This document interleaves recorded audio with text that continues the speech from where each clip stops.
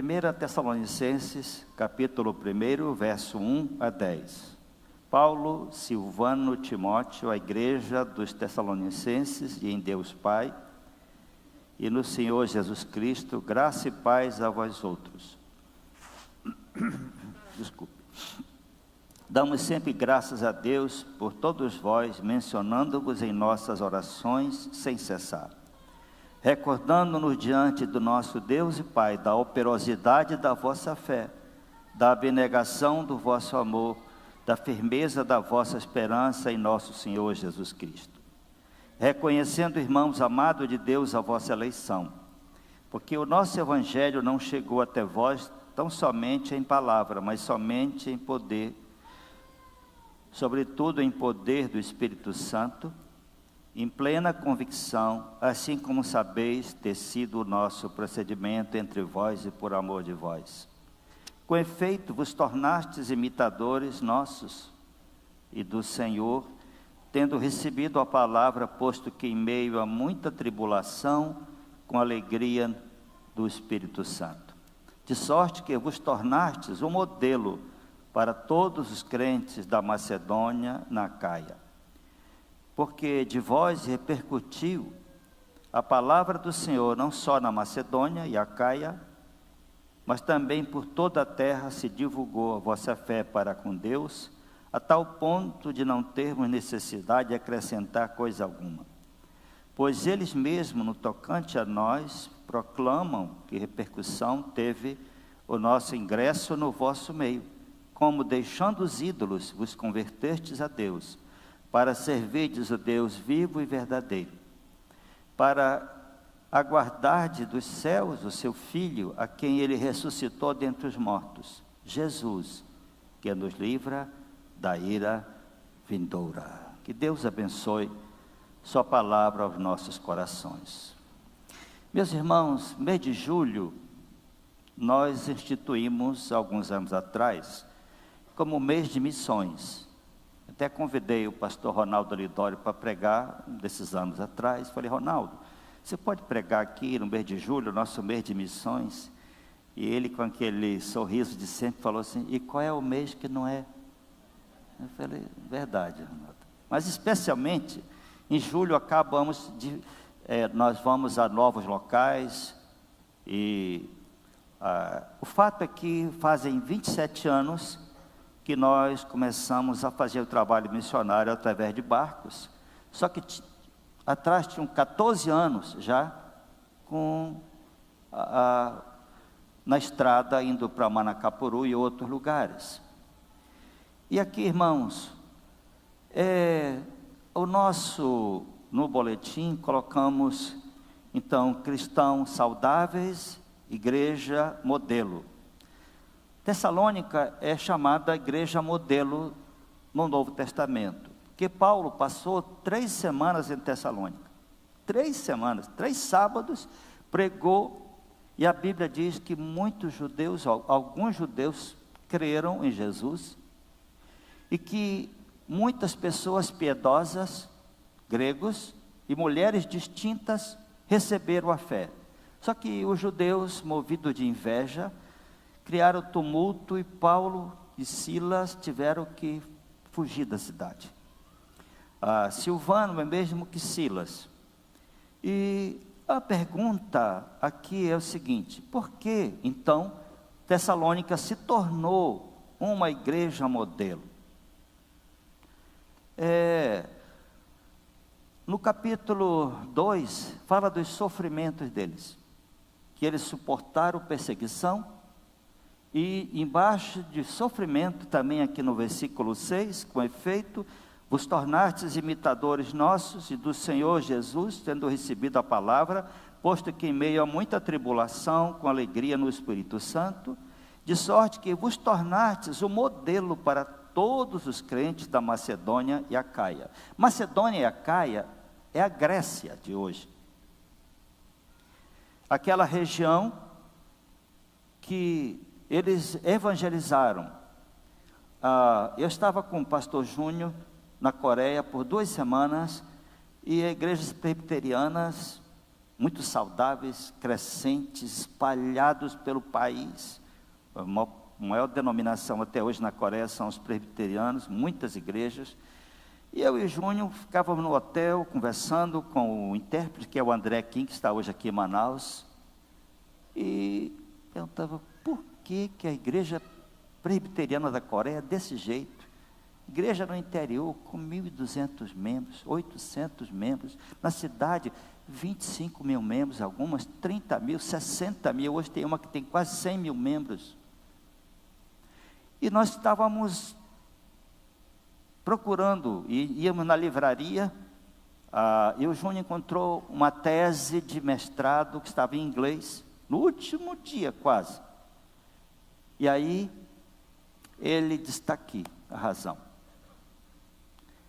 Era por causa dos sofrimentos, e o teólogo que escreveu aquela tese, colocou 1 Tessalonicenses aqui como, isso aconteceu na Coreia, perseguição, e aí eles se tornaram firmes no meio da perseguição, porque o Japão anexou a Coreia em 1910, a Coreia teve avivamento em 1907, e se tornou aquela potência de igreja ao redor, então, do mundo.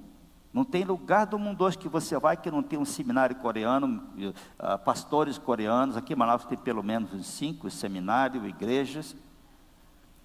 E eu preguei, eu e Júnior pregamos em 5 igrejas, e o meu texto foi esse aqui, porque eu tinha esse discernimento. A igreja da Coreia, diferente da igreja presbiteriana do Brasil, que quando ela foi perseguida, ela buscou a ajuda da maçonaria. E aí enganchou com a maçonaria, e essa maldição só saiu faz agora alguns anos que a igreja se posicionou. E na Coreia eles suportaram o sofrimento. Depois o povo olhou para eles, honrou-os, porque eles sofreram com o povo, e o povo então veio para as igrejas, as primeiras presbiterianas e metodistas. Agora, para pensar no contexto aqui, irmãos, Atos 17 fala dessa visita de Paulo. E Deus me deu o privilégio, há uns 2 ou 3 anos, de ir em Tessalônica. Tem lá as ruínas da cidade antiga, e tem uma cidade belíssima, à beira mar, aquela cidade que hoje é o 2º porto mais importante da Grécia, no Mediterrâneo, é a 3ª cidade mais importante da Grécia. E eu pensei aqui brevemente em 5 questões, algumas atitudes para nos tornarmos cristãos saudáveis e igrejas modelo. Primeiro, verso 2, dê graças e ore por cada pessoa da sua família, do seu grupo familiar, do seu ministério. Paulo disse, damos sempre graças a Deus por todos vós, mencionando-vos em nossas orações e sem cessar. Essa igreja tinha a intercessão do apóstolo Paulo, de Silas, e certamente que o Senhor estava com cuidado muito especial para aquela igreja. Alguém já disse, quando trabalhamos, mas quando oramos, Deus trabalha. Nós devemos trabalhar e orar. Aliás, a palavra oração, você pode dividir, oração, ação, orar e agir. E Isaías diz no capítulo 64, porque desde a antiguidade não se ouviu, nem com os olhos se percebeu, nem com os olhos se viu, com os ouvidos se percebeu, nem com os olhos se viu, Deus além de ti que trabalha para aquele que nele espera. Você está no grupo familiar, sendo líder ou não, você tem sua família, eu tenho incentivado, venha para o culto da manhã, e use a tarde e a noite, para relacionar com a sua família. Muitos de nós perdemos o contato com nossa família. As festas são da igreja. Tem irmãos e irmãs não crentes. Visite-os. Não vai chegar lá com a Bíblia logo. Faça relacionamentos. E eu vou dizer mais, se você tem liberdade, escolha uma congregação para você ir domingo à noite ajudar essa congregação, ou uma cidade aqui perto, o Eibe, Abe Rubel, que é Abraão Rubel, que é chamado Abe, da Igreja da Paz, lá em Fortaleza, faz isso. O pessoal vem de manhã e ele envia o pessoal para as cidades do Ceará, que com 2 horas, você está em outra cidade, 3 horas.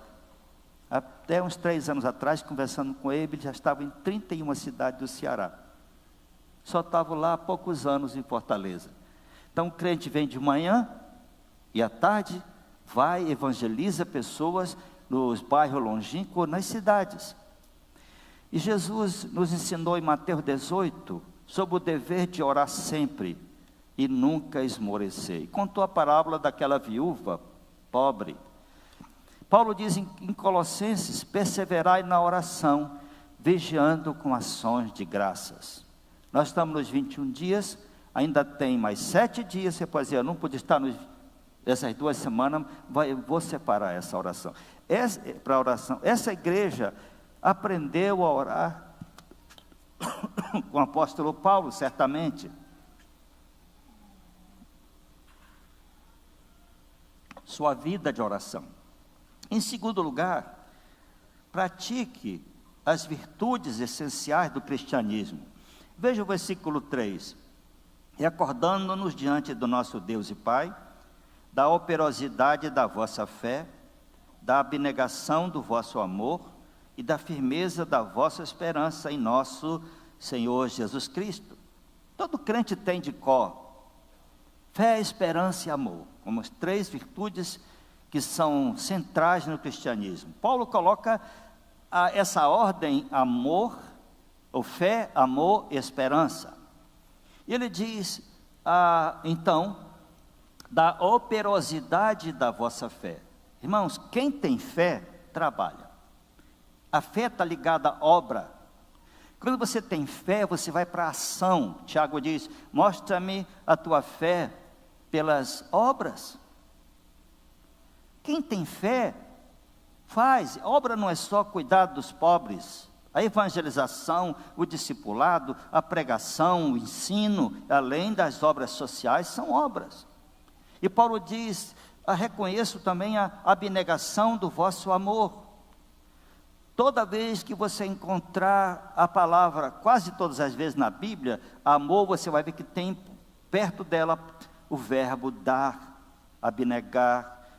Paulo diz: Cristo me amou, Cristo me amou e se deu por mim. Quem ama a sua esposa, dá tempo para ela, cuida dela. A ideia é que o amor não é apenas um sentimento, é um verbo, amar, ação. A abnegação do vosso amor e a firmeza da vossa esperança. A esperança nos traz firmeza na paciência. Esperar é um ato de paciência.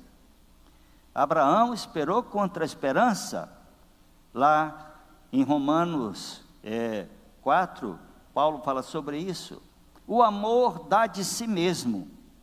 O amor é abnegado. O amor é prestativo. E nos faz trabalhar em favor dos outros. Quando amamos, nós servimos, pensamos nos outros, não apenas em nós. O amor nos leva a orar pelos outros. A oração é a principal estratégia de missões. Venha o teu reino. Essa oração é poderosa. Deus destruir fortalezas, sofismas, botar o inimigo para correr e estabelecer o reino de Deus. A esperança nos dá paciência para suportar as tribulações pelo Evangelho. Nossa esperança é em nosso Senhor Jesus Cristo. A fé nos faz trabalhar, o amor nos leva a dar e servir, a esperança nos dá paciência para esperar e ver as obras de Deus. Em terceiro lugar, reconheça a sua eleição e o chamado eficaz, fruto da maravilhosa graça de Deus. Verso 4 e 5. Reconhecendo, irmãos amados de Deus, a vossa eleição. Porque o nosso evangelho não chegou até vós, tão somente em palavras, mas, sobretudo, em poder do Espírito Santo, em plena convicção, assim como sabeis ter sido o nosso procedimento entre vós e por amor de vós. Paulo disse: reconhecendo, irmãos, amado de Deus, a vossa eleição. Eu digo, reconheça a sua eleição. Eleição é um mistério, e eu não tenho tempo aqui para falar sobre isso agora, mas um mistério que nós vemos em Efésios, por exemplo, no capítulo 1, quando o apóstolo Paulo nos diz também a finalidade dessa eleição. Assim como nos escolheu nele antes da fundação do mundo, para sermos santos e irrepreensíveis. Aqui em 2 Tessalonicenses, no capítulo 2, ele fala da eleição para a salvação. Capítulo 2, verso 13, entretanto devemos dar graças a Deus por vós, irmãos, amados pelo Senhor, porque Deus vos escolheu desde o princípio para a salvação, pela santificação do Espírito e fé na verdade, para o que também vos chamou, mediante o nosso Evangelho, para alcançardes a glória de nosso Senhor Jesus Cristo.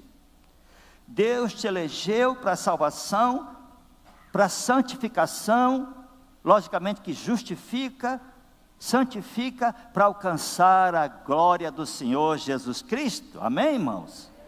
Deus te elegeu para isso, não para arrogância teológica. Alguns se sentem tão arrogantes, e até eu desconfio que nem são crentes. Em quarto lugar, imite o que é louvável e se torne modelo para os outros cristãos. Verso 7, verso 6 e verso 7, Paulo nos dá essa palavra: com efeito vos tornastes imitadores nossos e do Senhor, tendo recebido a palavra, posto que em meio de muita tribulação, com alegria do Espírito Santo. De sorte que vos tornastes o modelo para todos os crentes da Macedônia e na Acaia. Porque de vós repercutiu a palavra do Senhor, não só na Macedônia e Acaia, mas também por toda parte se divulgou a vossa fé para com Deus, a tal ponto de não termos necessidade de acrescentar coisa alguma. Veja que a imitação é o processo mais poderoso de transformação. Paulo disse: sede meus imitadores, porque eu sou de Cristo. Então, imitar a Cristo é se colocar para ter a vida transformada. Veja as atitudes de Jesus com as crianças, com os pobres, com os religiosos. Veja como tratava a sua família, aqueles que o acusavam. E aqui, irmãos, fé genuína inspira fé genuína. Então imite. E aqui eles imitaram os sofrimentos que Paulo e os judeus passaram, que foram expulsos e tinham notícia da Judeia, como a igreja estava debaixo de pressão. Ele diz: alegre-se em passar por várias provações. Tiago fala isso em 1º capítulo, de 2 a 8. As tribulações ajudam quem tem fé genuína a perseverar e inspirar outros. Não invente desculpa para não seguir a Cristo e ser um cristão comprometido. Muita gente diz: não, pastor tal, não sei o quê. Isso é desculpa. Tem tanta gente boa, com bons exemplos para que você possa seguir. Escute bem, para Deus conta muito o que você sofre ou renuncia para seguir a Cristo. O quanto mais você sofre e renuncia para seguir a Cristo, isso vai de ações de graça e louvor diante de Deus, isso é exemplo para os outros, e Deus fortalece a sua fé. Eu dou graças a Deus quando um novo convertido, vocês que foram batizados hoje, talvez a família não aceitou, os amigos estão zombando, isso é muito bom. Sabe por quê? Porque você vai se agarrar aos pés do Senhor, talvez vai chorar como eu, né? Família escandalizada, minha mãe chorando que agora era crente, a família escandalizada, meus amigos, eu tinha muitos amigos, sou sanguíneo, falador e tal, gostava de contar piada, jogar futebol, e agora meus amigos, e eu fiquei em casa um domingo chorando, aquilo me firmei. Lucília não podia ir para a igreja, a mãe proibia, ela para o banheiro orar, isso fortaleceu a fé dela. As tribulações são como fogo que purifica o ouro, Pedro diz. Essa semana eu fiquei muito feliz, um obreiro nosso, uma congregação num bairro distante, disse: pastor, ele é um mecânico de máquinas pesadas. Ele está trabalhando para a igreja, recebendo 1.000 e poucos reais, talvez R$ 1.700. E uma empresa, ele foi trabalhar numa empresa, ganhando mais ou menos isso. Ele disse: pastor, eu preciso de R$ 3.000 para poder cuidar da minha família. E o chefe da empresa disse a ele: quero mandar você para Boa Vista. Ele disse: eu não posso, eu tenho compromisso com a igreja, eu estou cuidando de um povo. Ele é o líder de umas 100 pessoas, tem muita gente lá nesse bairro. O chefe dele aí imprensou, disse: ou tu vais para lá, disse: olha, prometeu casa, carro, salário melhor, para ir para Boa Vista. Ele disse: eu não posso. Disse: então eu vou te dar tuas contas. Eu achei tão bonito aquilo. Disse: pastor, eu estou sentindo a oportunidade, o privilégio de servir a Deus. Eu não aceitei. Deus vai honrar esse irmão, vai honrar a congregação. Tem muita gente atrás do din-din. Ele está renunciando 50% do seu sustento para poder servir a Deus. E está abrindo mais uma congregação. Eu falei: obrigado, Senhor, por gente assim. E Deus vai honrá-lo e dar prosperidade. Pelo procedimento se conhece as suas convicções. Não é pela palavra. É o quanto você está disposto a passar lutas, sofrimentos ou renunciar para seguir a Cristo. Não seja um religioso simplesmente. Domingo eu vou lá na igreja, vou na outra, mas você pode ser um cristão autêntico. Em quinto lugar, converta-se ao Senhor e abandone os ídolos. Tem muitos ídolos do passado e do presente, né? Tem tantos ídolos ainda, tem gente adorando tantas imagens, seguindo tantas procissões. Aquilo é idolatria, não é questão de veneração, é idolatria, e veneração é basicamente a mesma coisa. Converta-se ao Senhor. Paulo disse: reconhecendo, irmãos, a vossa eleição, e também que, deixando os ídolos, vos convertestes a Deus, para servirdes ao Deus vivo e verdadeiro, para guardardes a seu Filho. E aqui Paulo está dizendo para nós hoje, irmãos: converta-se, deixe os ídolos. Também tem os ídolos do coração. Tem muita gente que, se seu time preferido jogar, se for no horário do culto, ele não vai para a igreja por causa do seu time, e fica na televisão roendo as unhas. Isso é idolatria, gente. Temos que reconhecer isso. Também a idolatria do dinheiro, de joias, de bens materiais, a idolatria do coração. A conversão genuína gera desprezo àquilo que amávamos. Esta noite, eu estou terminando, são 8h15, eu vou ficar mais 2 minutos só aqui. Se entregue ao Senhor e abandone os ídolos. Seja abençoado por Deus. Às vezes o ídolo de alguém é o seu cônjuge. Cuidado, você pode sofrer muito por causa disso, porque Deus não aceita o segundo lugar. Mas hoje à noite, há vidas aqui que foram recebidas. Tem aqui pessoas que estão começando a vir à igreja, e eu quero dar uma oportunidade para você, hoje à noite, começar uma caminhada com esse Deus maravilhoso. Quero chamar você para imitar os homens e mulheres de Deus. A imitação é a opção que leva à transformação. Quero convidar você que está ouvindo esta palavra, ver esse povo feliz, isso é por causa de Jesus, para entregar sua vida ao Senhor Jesus. Vamos curvar nossas cabeças, vamos orar. E se você quer receber esse convite simples nesta noite, eu não vou chamar você aqui à frente, mas eu quero orar com você onde você está. Então, onde você está, eu peço que você faça um sinal, levante a sua mão bem alto e diga: eu quero Jesus na minha vida. Eu quero receber Jesus como meu Salvador na minha vida. Deus te abençoe, querido. Há mais alguém nesta noite dizendo: Senhor, eu quero seguir o caminho de Deus. Estou ouvindo a palavra, mas quero tomar uma decisão hoje. Deus te abençoe, querido. Deus te abençoe. Há mais alguém nesta noite? Pode levantar sua mão bem alto, que eu quero orar. Deus te abençoe, querido. Deus te abençoe. Há mais alguém esta noite que quer fazer isso? Eu vou convidar pela última vez. Deus te abençoe. Eu quero seguir os caminhos do Senhor. Eu quero me entregar a Cristo. Deus te abençoe. Eu peço que você que levantou a mão, fique em pé no seu lugar. Alguém vai dar para você aí uma fichinha para colher seu nome, para a gente propor o discipulado para você, o estudo da Bíblia. Pode ficar no seu lugar em pé. Quero orar por você. E essa pessoa vai estar em contato com você aí. Não fique com vergonha, não.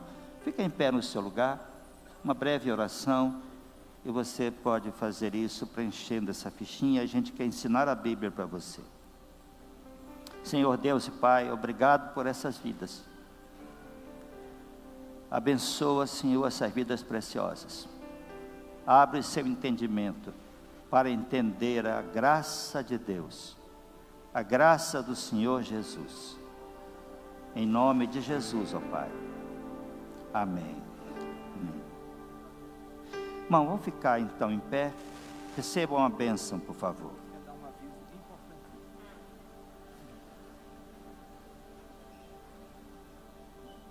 Depois, pastor Francisco quer dar um aviso. Que a graça do Senhor Jesus, o amor de Deus, o nosso Pai, as consolações, as virtudes, o poder do Espírito Santo esteja sobre vós e sobre a igreja do Senhor que está espalhada em toda a face da terra, agora e para sempre.